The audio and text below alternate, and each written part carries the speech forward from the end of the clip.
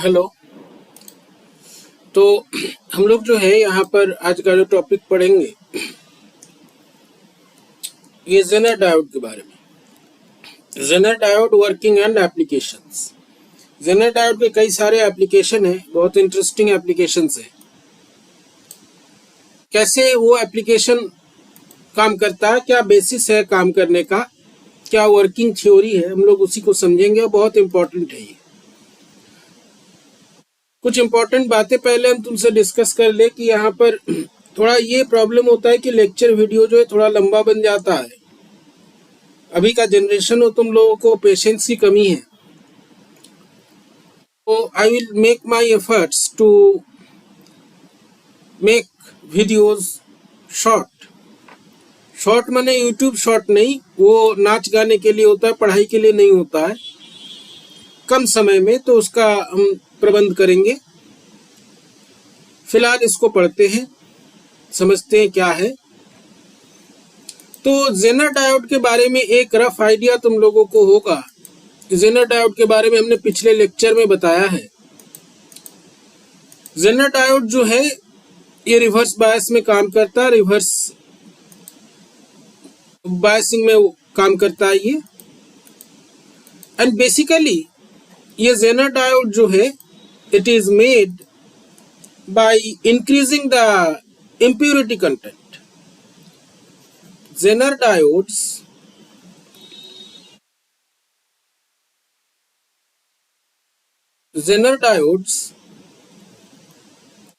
are made by increasing the doping content. Doping content को बढ़ाते हैं हम लोग जेनर डायोड बनाने के लिए।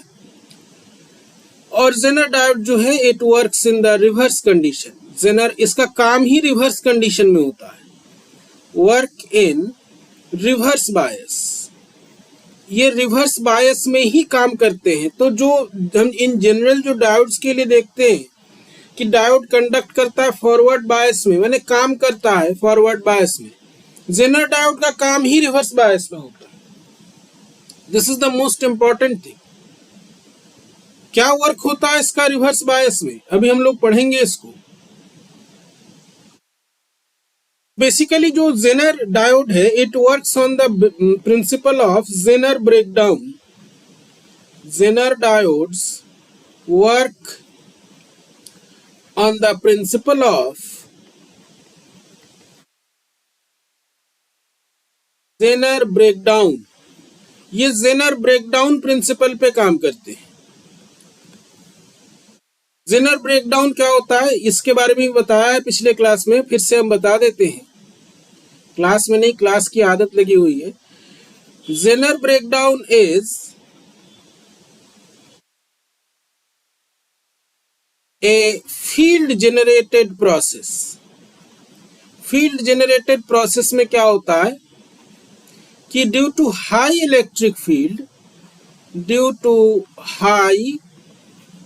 फील्ड, हम E लिख रहे हैं, electric field, the bonds are broken, bonds and broken and carriers या कहे free charge carriers are generated and free charge carriers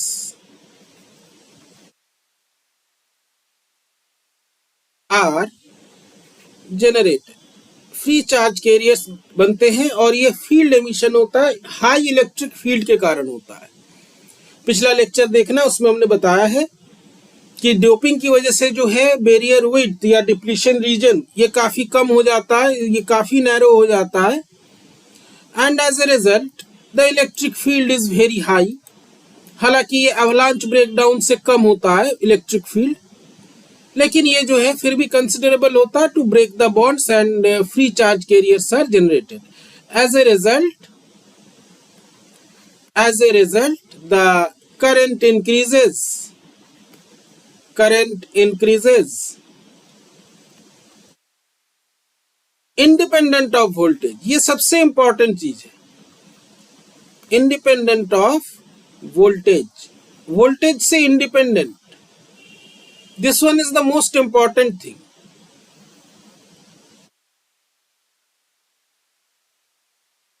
इसी पर इसका सारा फंक्शनिंग बेस्ड है। तो हम लोग अब देखेंगे इसका बेसिक, इसमें इसके जो टेक्निकल डिटेल्स हैं क्या क्या है, क्या क्या पैरामीटर्स है इसमें, ठीक है। तो पहले थोड़ा समझ लेते हैं। तो पीएन जंक्शन जो है ये हमेशा जब रिवर्स बायस में होता है और ये ब्रेक डाउन होता है इसमें। Zener diode is also PN junction, इसमें डोपिंग ज्यादा की जाती है। इसमें सिलिकॉन को प्रिफर किया जाता है बनाने में क्योंकि इसका लीकेज करंट कम होता है और टेम्परेचर कैपेबिलिटी इसकी ज्यादा होती है। सिलिकॉन इज प्रिफर्ड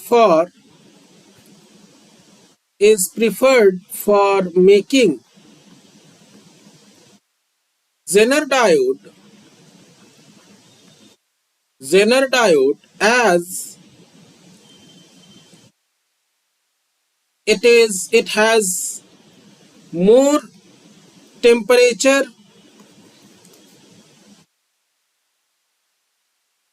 कैपेबिलिटी, ये ज्यादा टेम्परेचर को सह सकता है। Temperature capability, germanium generally use नहीं किया जाता, सिलिकॉन का ही ये बनता है, ठीक है। तो ये जो है इसमें बेसिक, इस जेनर डायोड का काम शुरू होता है जब ये ब्रेक डाउन होता है, माने जब ये इलेक्ट्रिक फील्ड बहुत ज्यादा हो जाता है, बॉन्ड्स टूटते हैं और फ्री चार्ज कैरियर्स बनते हैं, ठीक है। तो जब भी कोई डायोड ब्रेक डाउन होता है, अब एक सवाल यहाँ पे ये होता है कि तुमने ये तो जान लिया है कि अवलांच ब्रेकडाउन क्या है, वो कोलिजन मेडिएटेड प्रोसेस है, ये इलेक्ट्रिक फील्ड के कारण होता है। सवाल ये उठता है कि हम अब हमने कोई डायोड लिया और उसमें जो है हमने रिवर्स बायस लगाया, तो कुछ समय बाद वो ब्रेक डाउन करके ये ब्रेक डाउन हो गया इसका। ये ब्रेक डाउन इसमें से कौन सा होता है, ये एक सवाल कभी कभी पूछा जाता है। अवलांच है कि तुम्हारा वो है, क्या कहते हैं, जेनर। तो यहाँ पे जो है जब भी कोई डायोड में ब्रेक डाउन होता है तो उसमें दोनों प्रोसेसेस होते हैं। डिपेंड करता है कौन सा प्रोसेस डोमिनेंट है, ठीक है, और ये डिपेंड करता है रिवर्स वोल्टेज कितनी है। जनरली 6 से 8 से 6 वोल्ट के अंदर जो प्रोसेस होता है दैट इज जेनर। 8 से 6 वोल्ट के ऊपर जो होता है दैट इज अवलांच।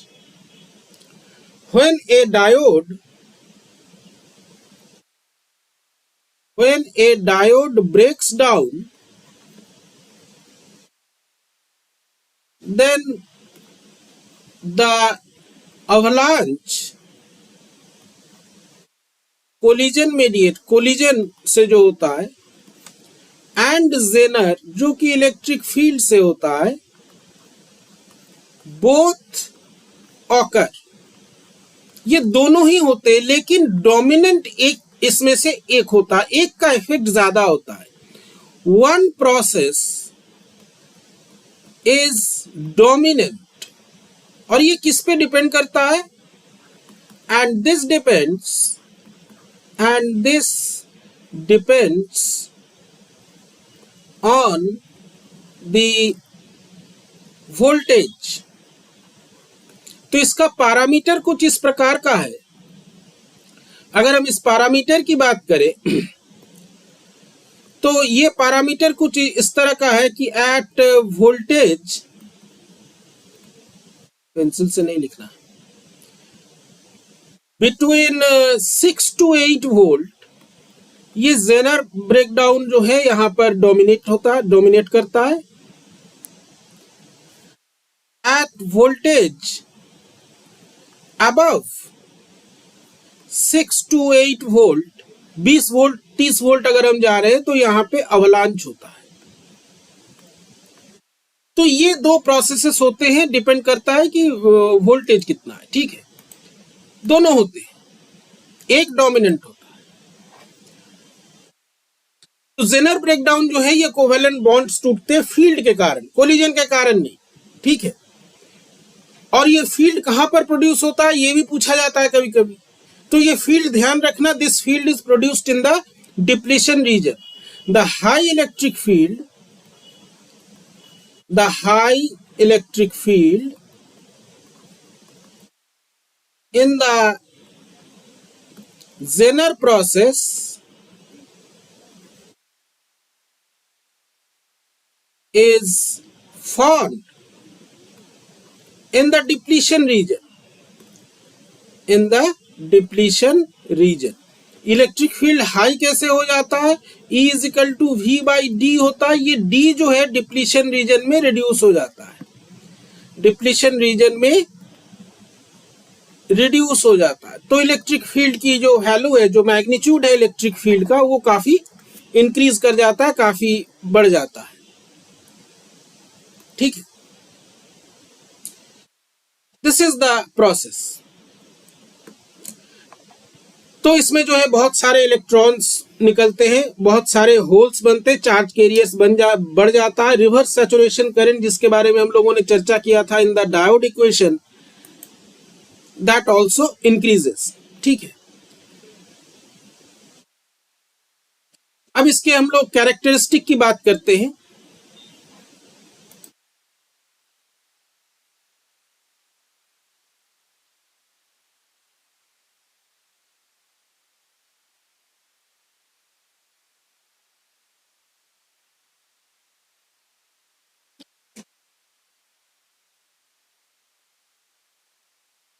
अब इसके कैरेक्टरिस्टिक की बात करते हैं.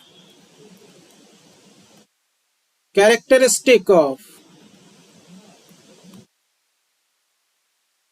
Jenner diode. जेनर डायोड का कैरेक्टरिस्टिक किस प्रकार का दिखता है? तो ये जनरली जो है, this is nothing other than the reverse characteristic. ये रिवर्स कैरेक्टरिस्टिक है बेसिकली. ठीक है, तो इसका अगर वोल्टेज करंट हम कैरेक्टरिस्टिक की बात करें, it is simply A reverse bias PN junction diode. इसमें कुछ इंपॉर्टेंट चीजें हैं. ठीक है, कुछ पैरामीटर्स हैं जिनको डिफाइन करना बहुत जरूरी है. तो यहां पर हम एक तुमको फिगर दे रहे हैं, ये डायग्राम तुमको किसी भी बुक में मिल जाएगा. जनरली जब हम जेनर डायोड की बात करते हैं, इसमें जो इंपॉर्टेंट होता है, the reverse characteristic is important. Reverse characteristic is important, क्योंकि इसमें जो एक्सपेरिमेंट भी होता है, you have to find the reverse breakdown voltage. Zener voltage, Zener voltage क्या होता है? वो वोल्टेज जहां पर ब्रेकडाउन हो जाता है और करंट जो है इंक्रीज करना शुरू हो जाता है. फ्रॉम द कैरेक्टरिस्टिक या from the reverse characteristic,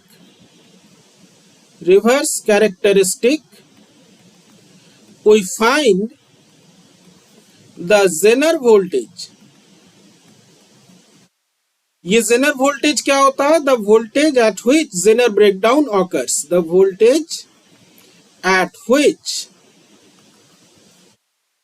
Zener breakdown occurs. This one is the Zener voltage. ये हमको निकालना होता है. तो हम इसको कनेक्ट करते हैं रिवर्स बायस में, और जहां पर करंट अचानक से बढ़ना शुरू हो जाता है, that is the Zener voltage. अब इसमें कुछ पैरामीटर्स जो है उसके बारे में बात कर ले. यहां पर जो तुम्हारा VZ है, हम डायग्राम यहां पे फिर से दे रहे हैं. यहां पे कुछ तुमको टर्म्स लिखे हुए मिल रहे हैं. तो VZ जो है, VZ इज जेनर वोल्टेज या जेनर ब्रेकडाउन वोल्टेज भी लिख सकते हो. ठीक है, IZ जो है, IZ मिनिमम एक लिखा हुआ है. ये जो है मिनिमम करंट होता है टू सस्टेन ब्रेकडाउन. सस्टेन मतलब ब्रेकडाउन को होल्ड करता है. यहां से लेकर के ये जो करंट यहां से बढ़ना शुरू हुआ, यहां तक जो रीजन है, IZ minimum and IZ maximum, ये जेनर करंट है. ठीक है, ये मिनिमम करंट है जो कि ब्रेकडाउन के कारण प्रोड्यूस होता है.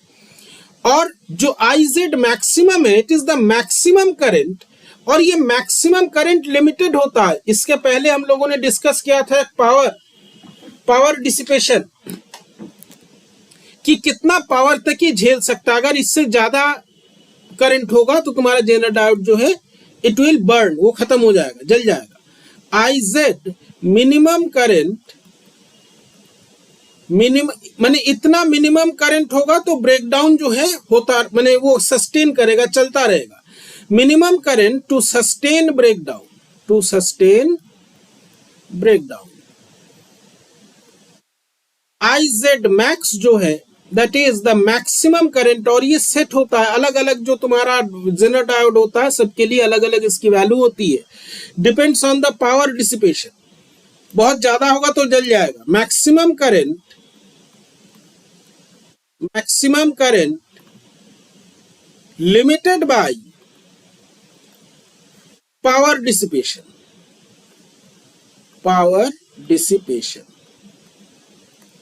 ठीक है। ये जो है इंपॉर्टेंट टर्म्स है इसमें। और ऊपर वाला जो है एज यूजुअल ये तुम्हारा फॉरवर्ड कैरेक्टरिस्टिक है, तो जनरली जो है हम इसके फॉरवर्ड कैरेक्टरिस्टिक को नहीं लेते हैं। कुछ जो रिवर्स कैरेक्टरिस्टिक्स है, अब देखो यहाँ पर अगर हम ये डायग्राम यहाँ पर फिर से दे, ये जो है this one is the practical, हमने डिस्कस किया प्रैक्टिकल डायोड और रियल डायोड और ideal diode. This one is the practical Zener diode. ये प्रैक्टिकल जेनर डायोड है, कैसे पता चलेगा? यहां पर ये जो है तुमको थोड़ा सा गैप मिलेगा। जो आइडियल केस होगा, आइडियल उसमें अगर ये वोल्टेज एक्सिस है, ये करंट एक्सिस है, इन द आइडियल केस तुम्हारा जो वोल्टेज है ये ऐसे जाएगा, यहां तक जीरो रहेगा, and at the Zener voltage ये एकदम वर्टिकली आएगा। This is the ideal case, ठीक है। तो जो रियल या प्रैक्टिकल जेनर डायोड्स होते हैं, real Zener diodes have some resistance, इसमें जो है कुछ रेजिस्टेंस, ये एकदम आइडियल की तरह काम करता है। लेकिन जो प्रैक्टिकल है इसमें कुछ डायनामिक इंपिडेंस होता है, हैव सम रेजिस्टेंस, जिसको हम लोग कहते हैं Zener dynamic impedance. However, this value is, ये जनरली जो है नेग्लेक्ट किया जाता है, हम लोग अभी आइडियल केस मान करके ही चलेंगे। तो तुमको अगर प्रैक्टिकल में, जब तुम प्रैक्टिकल कर रहे हो, इस तरह का कुछ वेरिएशन आए, कई बार हम ही लोग पूछते हैं कि भैया ये वेरिएशन क्यों आया, तुम लोगों का ऐसा क्यों नहीं आता है, तुम लोगों का एकदम वर्टिकल क्यों नहीं आता है, तो तुम वहां पे जो है मास्टर को जवाब दे सकते हो कि रियल सिचुएशन में there is some dynamic impedance, Zener dynamic impedance, ये जो है एकदम आइडियल सिचुएशन है, ठीक है। प्रैक्टिकल के लिए ये ध्यान रखना, जब एग्जाम हो रहा है प्रैक्टिकल का, प्रैक्टिकल जब वाइवा दोगे, इस चीज को ध्यान रखना, ठीक है। आइडियल जेनर डायोड में क्या होता है कि वोल्टेज जो है इट डज नॉट चेंज, एक बार ब्रेकडाउन होने के बाद चेंज नहीं होता है voltage. In ideal case voltage does not change, voltage does not change after breakdown, breakdown के बाद वोल्टेज चेंज नहीं होता है इसके बाद, आइडियल केस में। प्रैक्टिकल केस में हो सकता है, ठीक है। तो ये जो जेनर वोल्टेज है, जेनर वोल्टेज के जो वैल्यूज होते हैं वो 2.4 से लेकर के 200 वोल्ट तक हो सकता है। And one important thing, Zener voltage is temperature dependent, ये इंपॉर्टेंट बात है, एस्पेक्ट है इसका। Zener voltage ranges from 2.4 to 200 volts, 2.4 या 3 से 200 तक जाता है। And it is temperature dependent, ये टेम्परेचर पे डिपेंड करता है, टेम्परेचर डिपेंडेंट। ये अगर तुमसे कोई पूछे कि इसके इंपॉर्टेंट कैरेक्टरिस्टिक्स बताओ तो तुम ये बता सकते हो, ठीक है। टेम्परेचर डिपेंडेंस होता है इसमें। हम लोग सिंबल्स की बात करेंगे। तो जेनर बायस, अगर हम बायसिंग की बात करें, ये रिवर्स बायस होता है। अगर कोई जेनर डायोड तुम सर्किट में यूज कर रहे हो तो उसमें दो कंडीशंस होने चाहिए, और रिवर्स बायस होना चाहिए, और इसके अक्रॉस जो तुम बायसिंग वोल्टेज दोगे, that voltage must be greater than the breakdown voltage. In A circuit with Zener diode,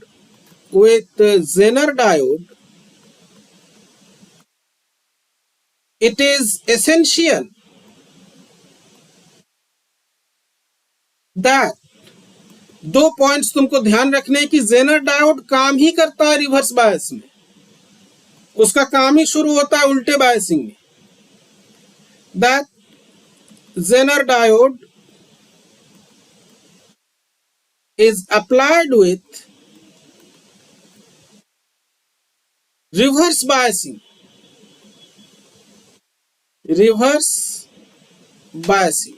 Second is the biasing voltage या reverse biasing voltage is greater than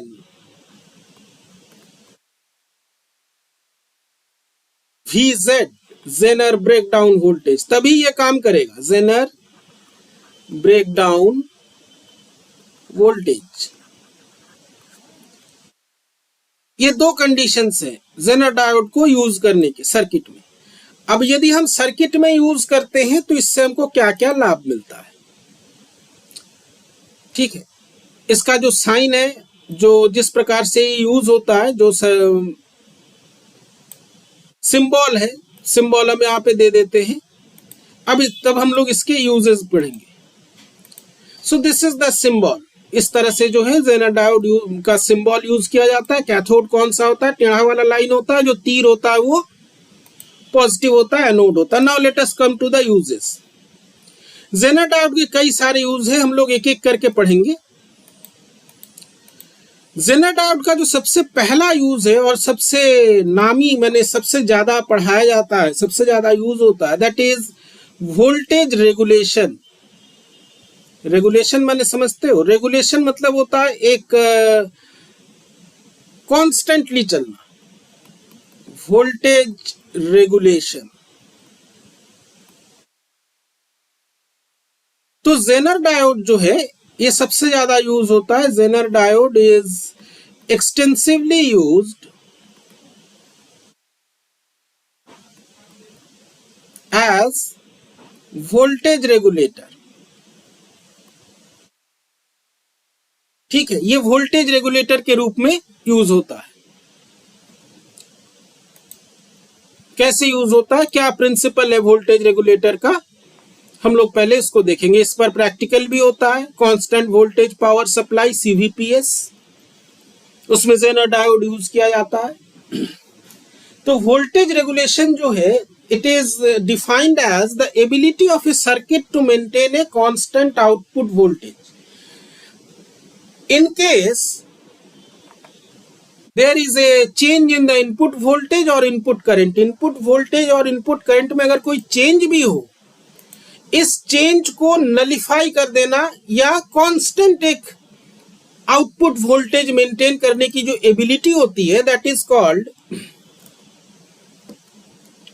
voltage regulation. Voltage regulation is defined as the ability of a circuit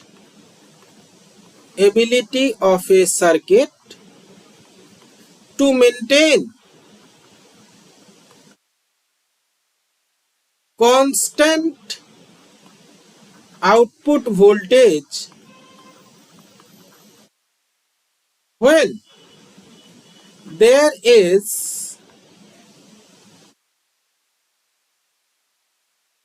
a change in input voltage और current. Input voltage और current में अगर कोई change भी होता है तो आउटपुट कांस्टेंट रहे, इसी को वोल्टेज रेगुलेटर कहते हैं. पहले के समय में जो है एक स्टेबिलाईजर लगा होता था टीवी के साथ, क्योंकि पहले वोल्टेज बहुत ज्यादा फ्लक्चुएट होता था. तो इससे तुम्हारा डिवाइस खराब ना हो जाए तो एक वोल्टेज रेगुलेटर लगाया जाता था. पंखे का रेगुलेटर नहीं, voltage regulator. That is a different thing.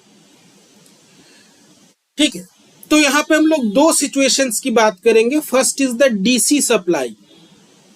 AC की बात हम इसके बाद करेंगे. तो डीसी सप्लाई की अगर हम बात करें, तुमको सर्किट डायग्राम्स जो है किसी भी बुक में मिल जाएंगे। हम यहाँ पे एक मेहता की बुक है उसमें से ले रहे हैं सर्किट डायग्राम, क्योंकि इसमें काफी साफ स्पष्ट दिया हुआ है। तो यहाँ पे जो है तुम्हारा सर्किट में देखो तो तुम्हारा VIN है। IN stands for input voltage, input. और यहाँ पे ये एक रेजिस्टेंस लगा हुआ है ताकि बहुत ज्यादा करंट ना फ्लो करे। ये जो है जेनर करंट है, you have this Zener diode है, ये VZ जो है जेनर वोल्टेज है, दिस इज द आउटपुट। यहाँ पे तुम्हारा कोई डिवाइस लगा हुआ है, मान लो बल्ब लगा हुआ है, कोई भी डिवाइस लगा हुआ है, ठीक है। तो यहाँ पर द जेनर डायोड जो है वो रिवर्स वोल्टेज में है, रिवर्स कनेक्शन में है, Vin के, V इनपुट के रिवर्स कनेक्शन में। ध्यान से देखो, ठीक है, हम लिख देते हैं, भूल जाओगे। V input is input voltage, VZ is in reverse bias, हम RB लिख रहे हैं, reverse bias with respect to VN के रिस्पेक्ट में ये जो है रिवर्स बायसिंग में। IZ जो है जेनर करंट है and this is the output, ठीक है। अब यहाँ पे होता क्या है, पहले थ्योरी को समझ लो। जब हमारा जो बायसिंग वोल्टेज है, इनपुट वोल्टेज है, जैसे ही ये VZ से ज्यादा होता है, VZ क्या करने लगता है, जो जेनर ब्रेकडाउन वोल्टेज है VZ, डायोड ब्रेकडाउन हो जाता है, वो कंडक्ट करने लगता है और वो क्या करेगा, it draws a current from through the resistance R। ये जो R रेजिस्टेंस लगा हुआ है यहां पर से ये करंट ड्रॉ करेगा, ठीक है। इससे जो लोड रेजिस्टेंस है, लोड रेजिस्टेंस मतलब कोई भी डिवाइस, बल्ब, पंखा, टीवी, कुछ भी लोड उसी को बोलते हैं। इस लोड रेजिस्टेंस के अक्रॉस जो वोल्टेज ड्रॉप है V आउटपुट, ये तुम्हारा जेनर डायोड के पैरेलल में लगा हुआ है। तो R से कितना करंट पास हो रहा है, डायोड करंट और लोड करंट, ठीक है। तो हमको ये इसमें ये करना होता है कि V output is always equal to VZ, that is called voltage regulation. अभी हम लोगों ने पढ़ा कि जैसे ही ब्रेकडाउन होता है, ब्रेकडाउन के बाद वोल्टेज नहीं चेंज होता है। तो वोल्टेज रेगुलेशन का अगर तुमसे कोई पूछे कि भैया मतलब क्या निकल रहा है सर्किट से बताओ, तो वोल्टेज रेगुलेशन का मतलब है, voltage regulation means V output is always equal to VZ, this is called voltage regulation, ठीक है। अगर यहाँ पे हम सर्किट लॉ लगाएंगे तो V इन जो है हमारा V इनपुट और V आउटपुट के बीच हम रिलेशन निकाल सकते हैं, ठीक है। टोटल करंट हमारा कितना होगा, total current in the circuit, total current I is IL load current plus IZ Zener current plus load current. Load माने फिर हम बता दें कोई भी डिवाइस, रेजिस्टेंस, बल्ब, पंखा, टीवी, गाना बजाने वाला, कुछ भी, ठीक है। सिचुएशन हम लोग देखें, हम सर्किट डायग्राम यहां पर फिर से दे दें। ये जो है तुम्हारा लोड मतलब होता है एनी डिवाइस। कभी कभी हम लोग कॉमन लैंग्वेज में नहीं बात करते, लोड बढ़ गया। कभी कभी बिजली वाले आके तंग करते कि भाई आप एसी लगाए हैं, आप लोड नहीं बढ़वाए। लोड माने आपको जो है पैसा ज्यादा देना पड़ेगा क्योंकि आपने रेजिस्टेंस ज्यादा लगाया, लोड ज्यादा लगाया, आउटपुट में डिवाइसेस ज्यादा लगा रखे। अब इसमें एक सिचुएशन ये है, देखो वोल्टेज रेगुलेशन कैसे होता है कि हमारा लोड रेजिस्टेंस जो है वो फिक्स्ड है, लेकिन इनपुट वोल्टेज बढ़ जाता है। सप्लाई जो तुम्हारा बिजली विभाग से आ रहा है, V इनपुट इंक्रीजेस स्लाइटली। अब स्लाइटली ही इंक्रीज हो, ऐसा नहीं कि 220 वोल्ट का 440 हो जाए, तब कोई नहीं बचा पाएगा, जेनर डायोड का कोई नहीं बचा पाएगा, ठीक है। V इनपुट बढ़ गया तो करंट जो I तुम्हारा है, this one, I also increases, I also increases. ये करंट थोड़ा बढ़ा, रेजिस्टेंस से होके गया, ठीक है, I इंक्रीज हुआ. ये जो बढ़ा हुआ करंट है ये जाएगा कहां? अब जेनर डायोड का काम शुरू होता है. द इंक्रीज्ड आई, ध्यान दो, तुम्हारा जेनर डायोड का जो कैरेक्टरिस्टिक है कुछ इस प्रकार का. ये आई है, ये VZ है. ये करंट इंडिपेंडेंट ऑफ वोल्टेज बढ़ रहा है, तो यहां पर ये करंट जो है इसका जो बढ़ना है ये वोल्टेज से अब रिलेशन ही नहीं है इसका. तो ये जो करंट आई यहां पे बढ़ा, the increase in current I is absorbed, this is IZ, absorbed in IZ. जो करंट तुम्हारा थोड़ा सा बढ़ा, तुम्हारा इनपुट बढ़ने के कारण, that current is absorbed in the Zener current. ठीक है, जेनर डायोड. और हमारा IL जो है, IL इज अनअफेक्टेड. IL हमारा लोड करंट इंक्रीज नहीं हुआ. लोड करंट इंक्रीज नहीं, तो क्या हुआ? तो जो भी इनपुट में, इनपुट वोल्टेज में जो थोड़ा सा बढ़ गया था, ये वोल्टेज, तो ये अगर इंक्रीज हो रहा है थोड़ा सा, तो ये करंट बढ़ा. यहां पे जो वोल्टेज ड्रॉप हुआ that will increase, voltage drop increase होगा. लेकिन आउटपुट जो तुम्हारा यहां पे है, यहां के वोल्टेज में कोई भी चेंज नहीं होगा, क्योंकि ये जो बढ़ा हुआ करंट है that is absorbed by the Zener diode. As a result, the output voltage is not affected and remains constant.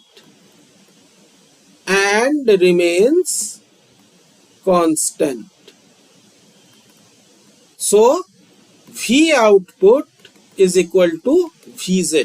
सारा खेल जो है इसी का है कि ये करंट इंडिपेंडेंट ऑफ वोल्टेज बढ़ता है, after breakdown voltage is not affected. So this is how it is doing the voltage regulation. ठीक है, इसी प्रकार से जो है तुम्हारा वोल्टेज रेगुलेशन हो रहा है कि अगर तुम्हारा थोड़ा सा इनपुट वोल्टेज बढ़ भी रहा है, that is absorbed in the Zener diode. This is the first application. इसके बाद हम लोग और भी एप्लीकेशंस डिस्कस करेंगे. क्लिपर सर्किट में कैसे यूज होता है, क्लैंपिंग सर्किट, फिल्टर, इसको पढ़